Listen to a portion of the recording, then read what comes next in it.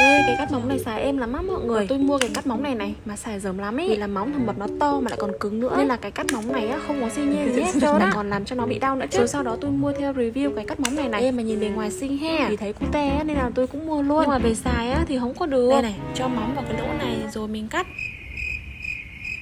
Rồi cute để làm gì khi không có xài được. Nhưng tất cả đó chỉ là chuyện của quá khứ thôi. Bây giờ đã khác rồi á. Cái cắt móng này á, ngoài cắt móng mèo không bị đau, cắt phát nào là trúng phát đó ra ấy, thì còn có cái mài rũa móng nữa mọi người. Em thật ra là tôi hay xài cho tôi nhiều hơn á.